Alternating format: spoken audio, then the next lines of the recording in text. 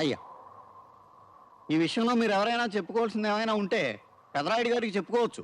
అయ్యా, రాజాబాబు టీచర్ అమ్మ ఒకళ్ళొకళ్ళు కౌగులించుకోవడం నా కళ్ళారా చూశానండి. ఆ రోజే ఆ విషయం మీకు చెప్పబోతే మీరు నా స్పీకర్ పనికొట్టారండి. అదే విషయం నిన్న ఊరు జనానికి చెప్పబోతే వాళ్ళందరూ కలిసి నన్ను కొట్టపోయారండి. ఆ రోజైనా ఈ రోజైనా ఈ విషయం తమరు చెప్పడానికి కారణం ఒకటేనండి. తమరు ఈ ఊరికి పెద్దగా ఉండగా ఈ ఊళ్ళో ఎవరికి అన్యాయం జరగకూడదండి. ఒకవేళ నా మాట మీద తమరు నమ్మకం లేకపోతే వాళ్ళిద్దరి మధ్య పోస్ట్ మ్యాన్ లా పనిచేసిన ఒక సాక్షి ఉన్నాడండి. నేనేనండి. జరిగిందంటే అయ్యగారు చెప్పరా? ఒకరోజు టీచర్ గారు నాకు 5 రూపాయలు ఇచ్చి తన కళ్ళు తిరిగి పడిపోయినట్టు రాజాబాబు గారితో చెప్పన్నారు. అబద్ధం చెప్పడం తప్పు కదా టీచర్?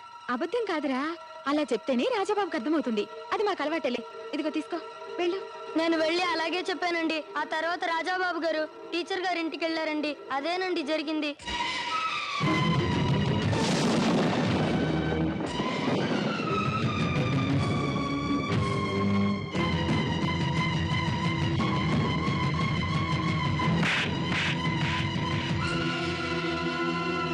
మన ఊరి టీచర్ అమ్మ మరణానికి కారణమైన ఈ రాజాని 10 ఏళ్ల పాటు వెలేస్తున్నాను.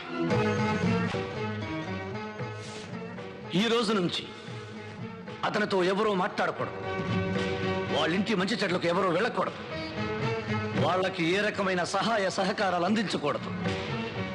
దీన్ని ఎవరు అతిక్రమించినా వాళ్ళకి ఇదే శిక్ష వర్తిస్తుంది. ఇదే ఈ పెదరాయుడి తీర్పు.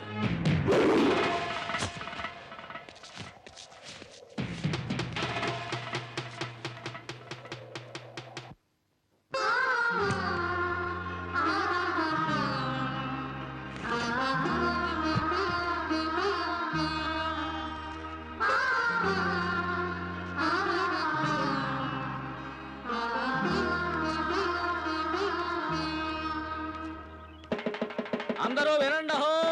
జమీందారు చలపతిరాయుడు గారి కుటుంబానికి విధించిన 18 ఏళ్ల శిక్ష ఈ రోజుతో పూర్తయింది కనుక ఊరి జనం వారి కుటుంబంతో మాట్లాడొచ్చని, మంచి చెట్లకు పిలుచుకోవచ్చని తెలియజేయడం అయిందహో.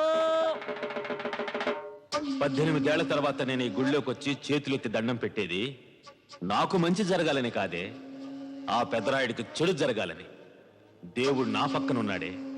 అందుకే సరిగ్గా నేను ఈ ఊళ్ళోకి అడుగు పెట్టేసరికి వాడి తమ్ముడిని వాడి చేతే ఊళ్ళోంచి వెళ్ళగొట్టేలా చేశాడు. దేవుడా, బోని చాలా బాగుంది. అలాగే ఆ కుటుంబం మొత్తం సర్వనాశనం అయ్యేటట్టు చెయ్యి స్వామి. జీవితంలో నువ్వింకా మారవా? మారను. రండ్రా. నమస్కారం అండి. ఇలారా,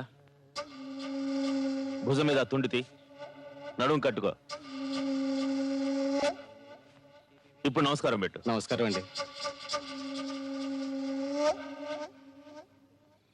అయ్యా, చెరుకు కొట్టించడానికి మనుషులు పిలిపించాలండి. కళ్ళంలో ఉన్న ధాన్యం బస్తాలకు ఎక్కించాలండి. పొగాకు తోటలో ఆకు కోసి బేర్లకు పంపించాలండి.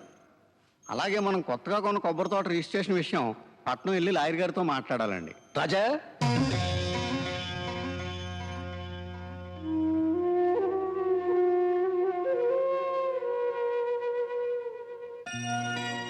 రక్తం పంచకు పుట్టిన తమ్ముడైనా, జీవితం పంచుకున్న భార్య అయినా తీర్పిచ్చేవాడి దృష్టిలో అందరూ ఒక్కటే.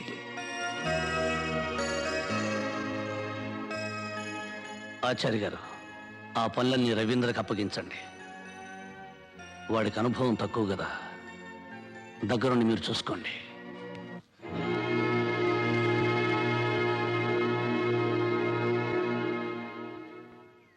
మీరు ఎలా ఉంచుకున్నారో చెప్పగలరా? ఈ బ్లాక్ ఫిల్ నేను పర్మనెంట్ గా ఉంచుకోలేదు.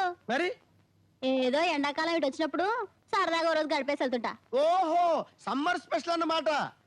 అమ్మా, సమ్మర్ లో ఇటు వచ్చేయడానికి వీడేమైనా ఊటియా కొడైకెనాలా?